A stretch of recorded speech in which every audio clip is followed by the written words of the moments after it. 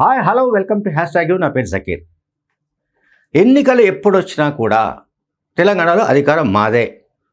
ఇది పదే పదే బీఆర్ఎస్ పార్టీ అధినేత కేసీఆర్, ఆయన కొడుకు BRS party working president KTR, మాజీ మంత్రి హరీష్ రావు, అలాగే ఎమ్మెల్సీ కవిత వీళ్ళంతా చెప్తున్న మాట. బీఆర్ఎస్ నాయకులు, బీఆర్ఎస్ ఎమ్మెల్యేలందరూ చెప్తున్న మాట. ఎప్పుడు ఎన్నికలు వచ్చినా సరే, అంటే ఇంకో నెల తర్వాత వచ్చినా లేదా షెడ్యూల్ ప్రకారం 2028లో వచ్చినా కూడా బీఆర్ఎస్ పార్టీ అధికారంలోకి వస్తుందన్నది వాళ్ళ ఆర్గ్యుమెంట్, వాళ్ళ నమ్మకం, వాళ్ళ ఆశ. అయితే ఇక్కడ ఒక డిజిటల్ పేపర్లో ఆసక్తికరమైన కథనం ఒకటి వచ్చింది.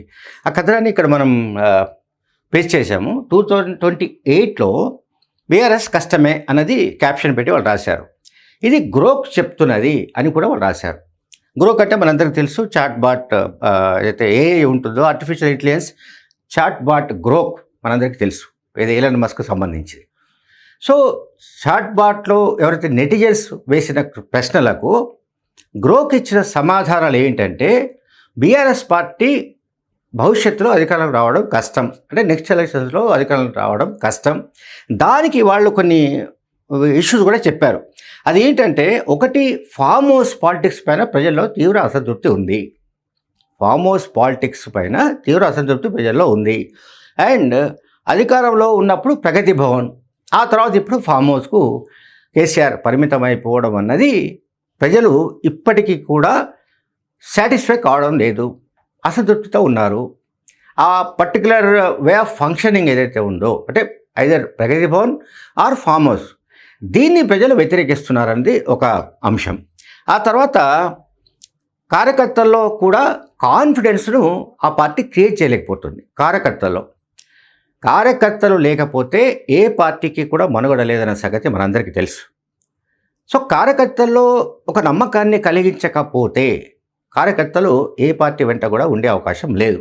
సో ఇక్కడ కూడా గ్రోక్ చెప్తున్నది ఏమిటంటే, బీఆర్ఎస్ పార్టీ ఇప్పటికీ కూడా కార్యకర్తల్లో నమ్మకం కల్పించలేకపోతుంది కనుక కార్యకర్తలు పార్టీ పైన నమ్మకం కోల్పోతున్నారు అనేది దాని ఎసెన్స్. ఆ తర్వాత అంటే లోకల్ బాడీస్ ఏవైతే త్వరలో రాబోతున్నాయో, అయితే sarpanch elections or MPTC or ZPTC or municipal whatever ఏదైతే ఎలక్షన్స్ రాబోతున్నాయో, ఆ ఎన్నికల తర్వాత పార్టీ మొత్తంగా చెల్లా చెదురే అవకాశం ఉందని కూడా గ్రోక్ అంచనా వేస్తోంది.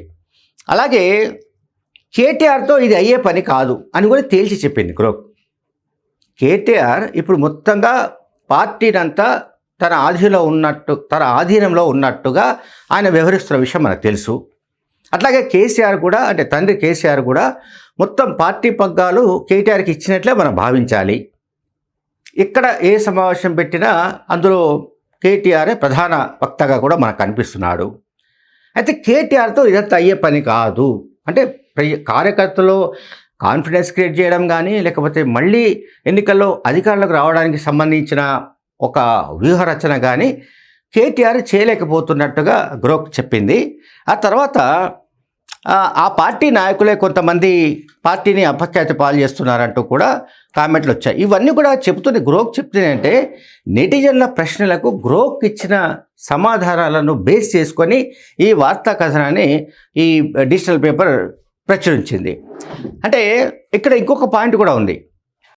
ఈ సోషల్ మీడియాను ఎక్కువగా నమ్ముకుంటున్నందున మేలు కంటే కీడు ఎక్కువగా జరుగుతుందని కూడా గ్రోక్ చెప్తోంది. దీన్ని బీఆర్ఎస్ పార్టీ నాయకత్వం దీన్ని నిజంగా సీరియస్గా ఆలోచించాలి. బీఆర్ఎస్ పార్టీ, నేను చాలా సందర్భాల్లో చెప్పాను వీడియోలో, ఎక్కువగా సోషల్ మీడియాను నమ్ముకుంటోంది. దాన్ని ఎవరు తప్పుపట్టడానికి లేదు.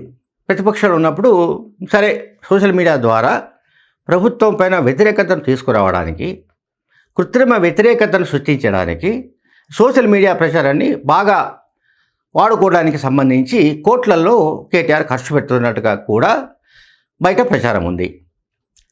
అయితే సోషల్ మీడియాలో ఉధృతంగా జరుగుతున్న ఈ ప్రచార కాండ ఏదైతే ఉందో, ఈ ప్రచార పర్వం ఏదైతే ఉందో, ఇది అంతిమంగా పార్టీకి ప్రయోజనం కలిగించకపోగా పార్టీకి ఎక్కువ కీడు చేస్తుందని, ఎక్కువ నష్టం కలిగిస్తుందని కూడా గ్రోక్ చెప్తోంది. అందువల్ల ఇప్పటికైనా సరే యూట్యూబర్లను లేకపోతే సోషల్ మీడియా ప్లాట్ఫామ్స్ను నమ్మకుండా అంటే ప్రజలతో ఆల్రెడీ వీళ్ళు డిస్కనెక్ట్ అయ్యారు కనుక 2023లో ప్రజలు వీళ్ళని తిరస్కరించారు. బ్రో, ఈ మొత్తం చెప్తున్నది ఏమిటంటే గత అసెంబ్లీ ఎన్నికల్లో ప్రజలతో డిస్కనెక్ట్ అయిన కారణంగా ప్రజలు వాళ్ళని తిరస్కరించారు.